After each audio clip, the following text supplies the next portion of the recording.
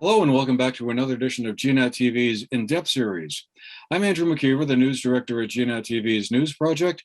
It's a pleasure to have you with us today on Monday, August 8th. It's also a pleasure to be joined back in our studio by two real estate folks who are here to tell us more about what's going on in the real estate world, trying to monitor how things are going in this very fast-paced and very important industry in Vermont. And we're really pleased to have Steve Stetler, who's a realtor with Four Seasons Sotheby's, and Jennifer Prouty-Hoffman, the principal broker and owner of Hoffman Real Estate, here to bring us up to speed on what's been going on.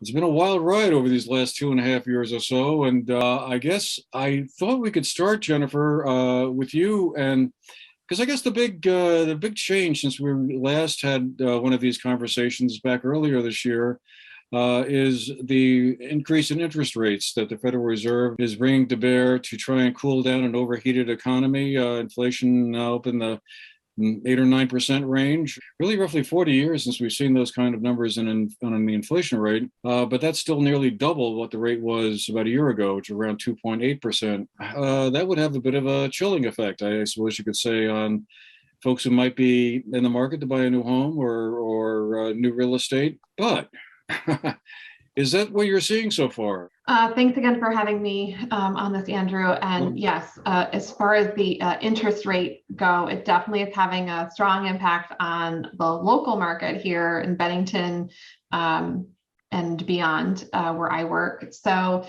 for example, a buyer who got a CD, a closing disclosure from her lender on Friday, she's at a 6% interest rate, and she also had to pay 1.5 points. Meaning she had to bring more money to closing to actually buy down that rate to get it to 6%. She would have been even higher.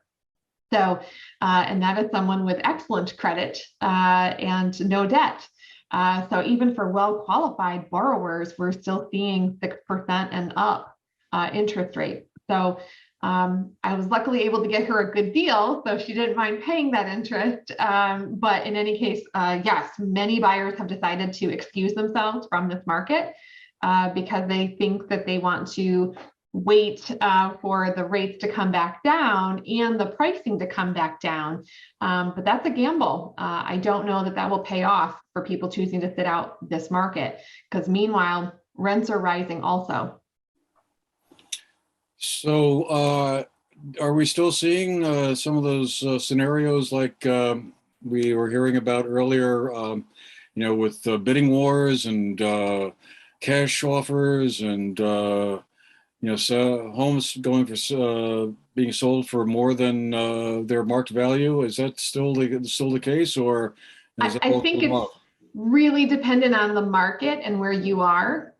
So again, for my market, the Bennington and beyond, Pownell through Arlington, Sunderland area, we're seeing at this point still extremely low inventory, and there are still a lot of buyers looking, but in my experience, I'm finding that they're getting very picky. And so a lot of buyers are not jumping the gun on the first house they see, this desperate move just to secure a property, any property, even if it's not exactly what they want. So no, I'm not seeing the multiple offers anymore. I'm not even seeing the 20 plus showings in the first week. We might have 5 or 6 showings in the first week, maybe 1 offer. So it has really cooled down, and I want that to be the promise of this story for buyers, to get back into this market, because although the interest rates and the prices are still up there, the competition has really dropped to a point where I think that they can get a bargain, because as the days on market creep up, hopefully that seller is going to become more negotiable. And Steve, is that what you're seeing up in your neck of the woods? Yes, as you know, I'm pretty much in the mountain towns, what we call the mountain towns, and we're really seeing the same thing that Jennifer is. Going back to the interest rates, some of us are old enough to remember when interest rates were as high as 18%. So, as devastating as it is for someone who's been looking for a year to see the cost of financing double, it's got a long ways to go before it gets back to what it was decades ago, and hopefully we won't see that.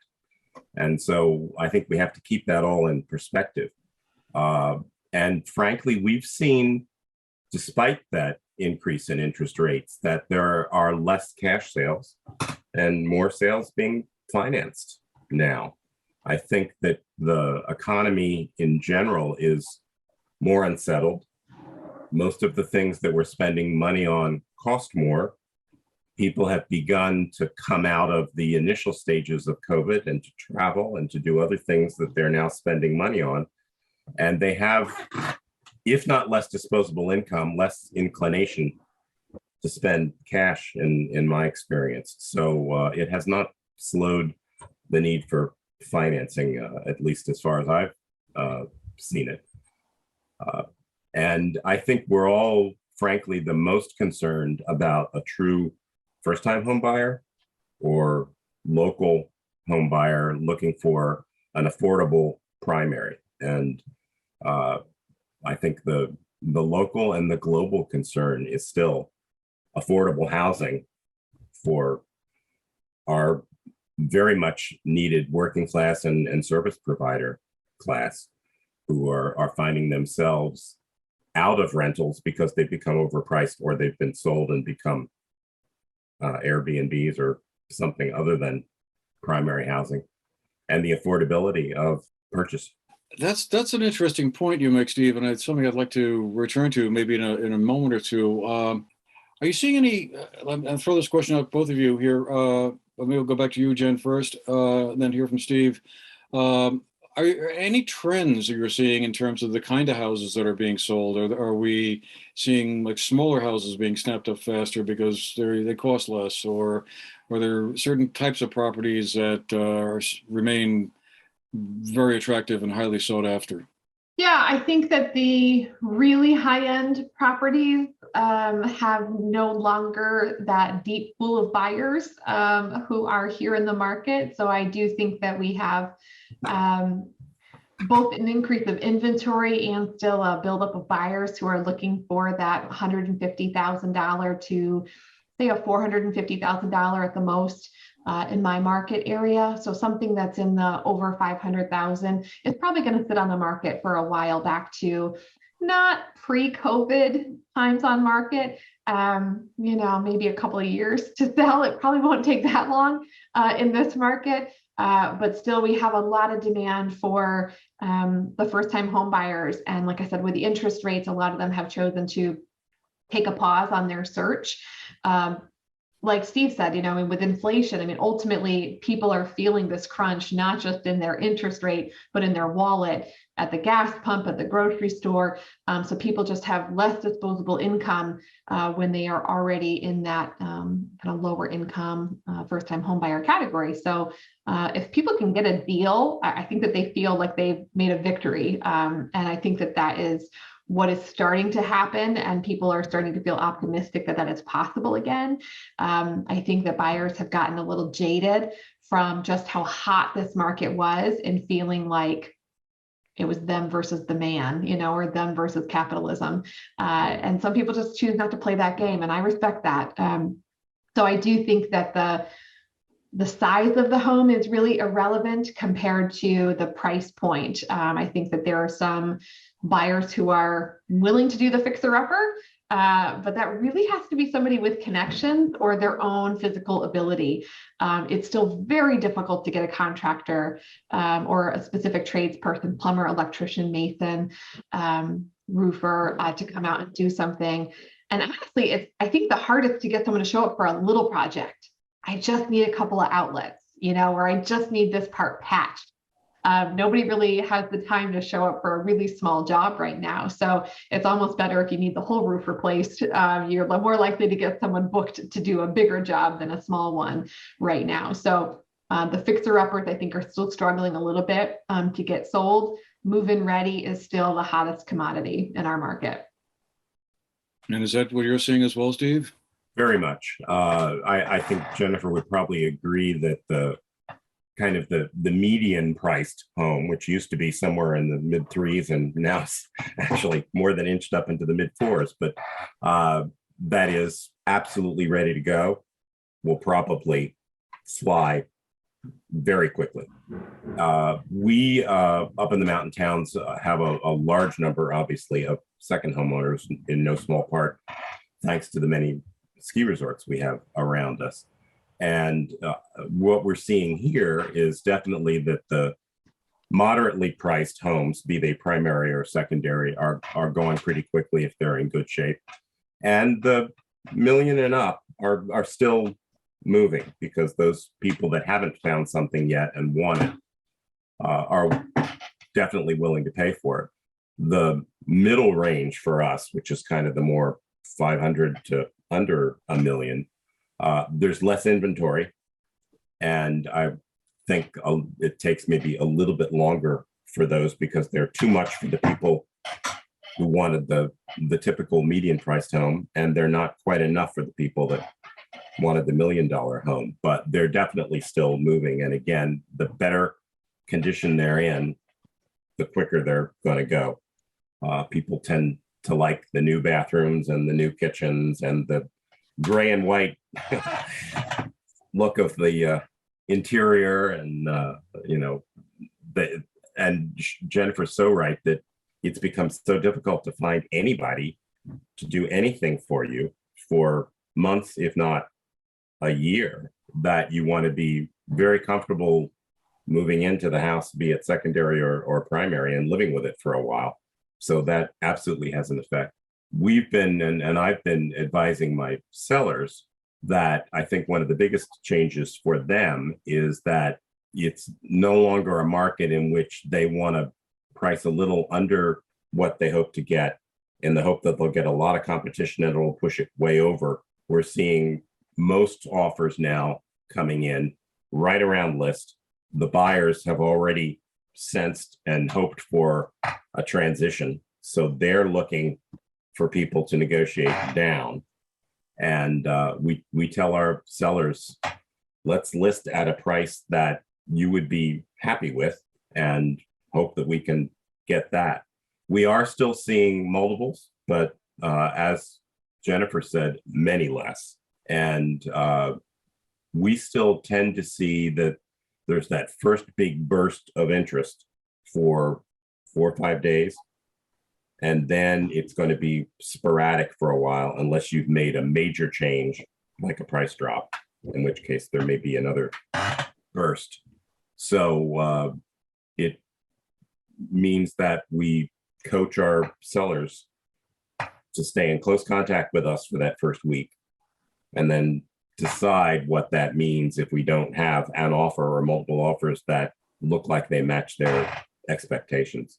So as always, I think, the important thing in our business is communication.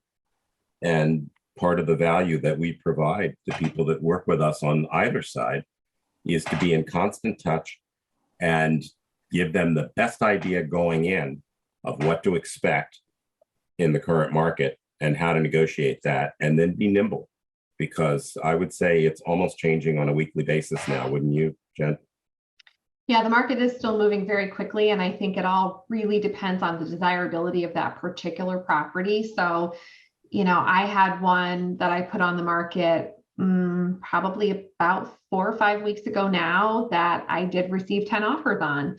And I bet if I listed that property again today, I would still have 10 offers on that property, because it just was a really desirable, not too big, not too small, had, a little bit of privacy from the neighbors, which seems to be a really top value for a lot of people. And that's hard to quantify, to be able to put a dollar number on privacy. How much is that worth to someone? So at the right price point, people still are going gaga over certain properties that are just really attractive to them. I do want to add some context to the conversation about what we are seeing as far as the sales that have happened. So yes, we're still seeing 25 to 30% sales that are cash in our market down here, but there's still 20% of the sales that are with the government-backed loans, the USDA, VA, and FHA. So those are predominantly for first-time home buyers and veterans who get to utilize their VA benefits which means zero money down on their loan. If they choose, you can put money down with a VA loan. And so for us, 20% of the market is still being sold to those buyers who I feel like have felt very disenfranchised from the heat of this market, that they can't get their foot in the door. And I want to offer some hope to those buyers to say, in the last 6 months, 20% of the sales have still gone to buyers in their position. Mhm. I was wondering if you had any tips to offer to would-be sellers of properties. I mean, Steve, a moment ago you mentioned bathrooms, kitchens. Are those the two areas that sort of add the most value to a home in terms of its selling attractiveness? If you're going to spend a little money in hopes of making it all back plus more, would you be wise to invest in upgrading a bathroom or a kitchen, or just maybe it's just putting a new coat of paint on the building? Are there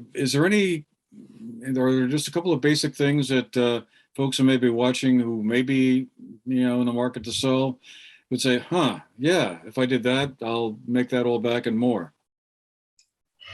That's a complex question, interestingly, because it really depends on the stage in life that your seller is at.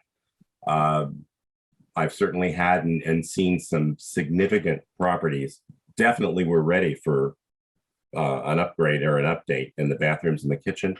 The seller wasn't ready to make that kind of an investment at this point. They were ready to take a good price on an as is and move on.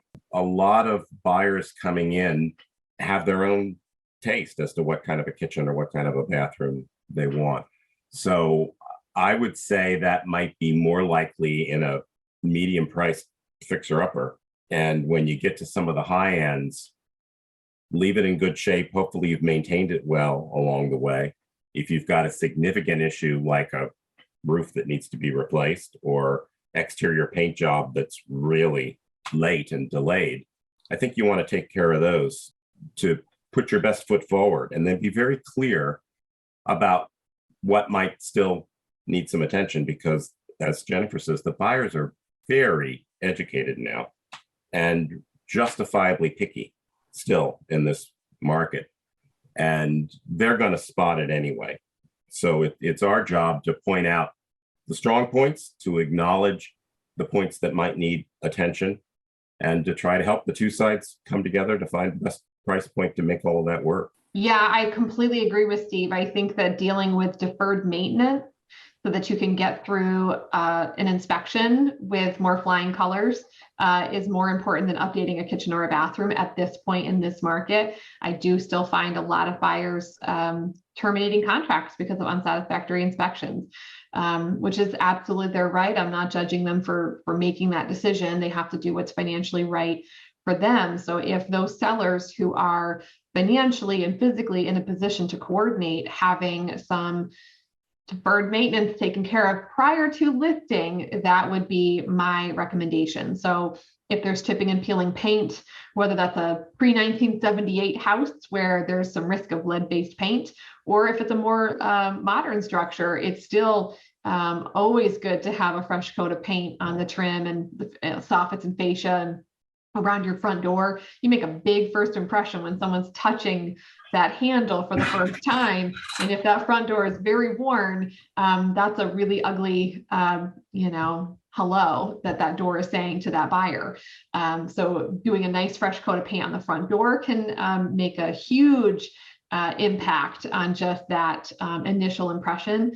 The other thing that I would really recommend to sellers, especially those who are being proactive, people who are thinking about putting their house on the market 3 to 12 months from now, would be to do an energy audit of their home and to do some energy efficiency upgrades, whether that's adding insulation up to their attic. In the really old houses around here, maybe that's doing some loose cellulose blown into the walls. Unfortunately, our disclosure reports don't ask us about the insulation in a home, but buyers always ask, what's inside the walls? And I say, well, I left my X-ray, goggles at home today, so I don't know. So if that's an improvement that a seller has made, they should brag about that. They should tell us what they've done and when it was done. Likewise, if like say down here, Brock Community Action does a weatherization program. So if someone is income eligible for that, they definitely should be reaching out to Brock to get on their list, because whether they want to keep the home or decide to sell it, it's going to make it more comfortable for them to live in, more economical for them to heat it in the wintertime, cool it in the summertime, and it will definitely be an asset when they do decide to sell. I would also add that while I never advised any buyer to buy any property without at least a basic property inspection, even during the busiest time, many were. Or they were at least skipping that contingency and doing the inspection for their own information. I've seen very few sales now that are going through without an inspection.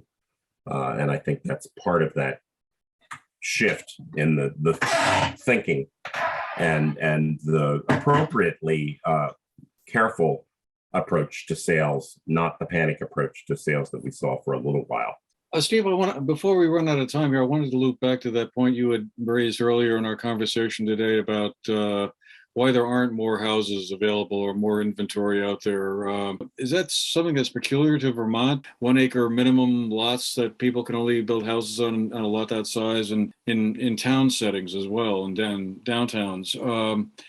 I guess I just wondered, what are your thoughts on what it would take to increase the inventory or encourage builders to build more homes? And in my experience, though, the reason we have the low inventory now is that we sold like gangbusters for a while. We were all setting records in terms of the number of properties, not just the amount that they cost, but how many were selling during that high point. And nationally, we're really not that different.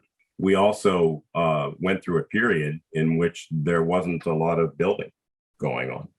And now it's started again, but obviously building takes time. And the good builders are booked a good year and a half ahead. And the cost of building and materials has gone up, which has slowed some people from picking up on that option. So I think it's a larger picture. And while there are unique challenges within our own particular market, it's less about that, I think, than simply where we are. all right. Well, in the couple of minutes we have left, I also just wondered if both of you were seeing any, I guess the expression used to be climate refugees or something like that. I guess I just find myself wondering, here in Vermont, we seem to have escaped, touch wood, aside from Tropical Storm Irene, I guess, 11 or so years ago. But I just wondered, I've been hearing accounts about how, people are looking around and thinking a place like Vermont and New England is a relatively safer place than perhaps some other parts of the country. At least it's a cooler place, temperature-wise, although you wouldn't be able to say that from today. I don't know, any evidence of that happening so far that you're seeing, or is that still kind of just heated speculation? I think, again, it will really depend on who you ask. I personally do have a lot of buyers who talk about climate change, people who want to relocate here from Colorado, California, even Arkansas, Oklahoma, Texas. The heat in the South has been absolutely unbearable. Obviously, they can stay inside because they're used to having central air conditioning. So when they come up here, they expect to have central air conditioning, which most of our homes do not. So it's not as needed. It's really not needed year round here. But I think that the impact of the extreme weather is more important. People trying to escape from extreme damage between the mudslides and the fires and floods. Interestingly, flooding is actually the #1 natural disaster here in Vermont. And I really never thought of that until I took a flood mapping class recently. And that does totally make sense because obviously we don't get hurricanes and many tornadoes here. But so buyers say they don't want to live in a flood zone. And so I do think that, buyers saying that's a hard no for me, because as they believe the climate is going to continue to get worse. Even if a property has never flooded before, if it's in the zone or near a river, they don't want to take on that risk that's going to become a more common occurrence over the next, 10 to 30 years. So I think that properties that are in a flood zone, if they don't currently have flood insurance, here's a public service announcement. I learned in that flood mapping class, just because you're not in a flood zone does not mean that you cannot buy flood insurance. You actually can, and the cost is going to be really low because you're not even at risk, according to the Army Corps of Engineers. So purchase a flood insurance policy, keep it super low. It's actually transferable to the next owner at that cost. And that could be a real selling feature for the next buyer.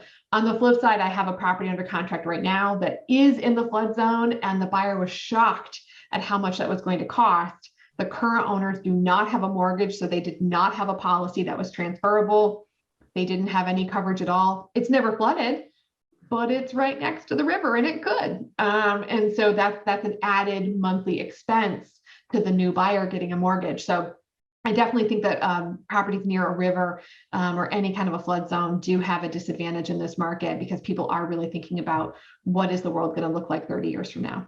I've seen the same, and I had a potential buyer contact me because they said that they are worried that within 20 years their waterfront property will be underwater property. They hope to live long enough that maybe Vermont becomes waterfront. So that's certainly part of it, and I think we will see more of that. But I would widen the lens again to say that none of us has a crystal ball, but I feel that what has happened to our market is not going to devalue anytime soon. I think that COVID permitted, in my experience, a lot of people who have either had an earlier life experience with Vermont and wanted to find a way to return, or who have had a well-educated, not completely romanticized image of what it's like to live here. The biggest problem I think that we've had in Vermont is that we have, in my opinion, perhaps the best quality of life of anywhere in the country, but the ability to make a living is limited. Many businesses have reevaluated how much their people can work in a hybrid way, and often in a long distance and electronic way. Has been a huge game changer. And we all knew and have known since before this market exploded that we live in a beautiful place that has a high level of education, a high level of arts and culture, a great farm to table movement. There are free outdoor recreation. You know, we could go on and on. I feel personally so lucky that my life experience led me to come to a place that I loved but never thought I would live, and to actually live here too. And I think the greatest pleasure that probably both of us have is in allowing people who want that same opportunity to get it, and helping the people who have had it but need to move on for other reasons to pass their gift on to somebody else. And I would say both to a seller and to a buyer, even though prices have gone up and expenses have gone up, you're going to make a good investment if you come to Southern Vermont. Well, all right. Well, we'll have to leave it there for today, I guess. Sounds like things are going to carry on for a bit longer anyway. Although I'm sure there are going to be folks who will miss those heated bidding wars that we all heard so much about a year or two ago. That must have been quite an adventure. Anyway, well, thanks again to Steve Stetler, a realtor with Four Seasons Sotheby's, Jennifer Prouty-Hoffman, the principal broker of Hoffman Real Estate. Thanks again. Thanks to all of you who've been with us. Hope you found our program interesting. And well, maybe we'll be back again in another 6 months to talk some more about real estate.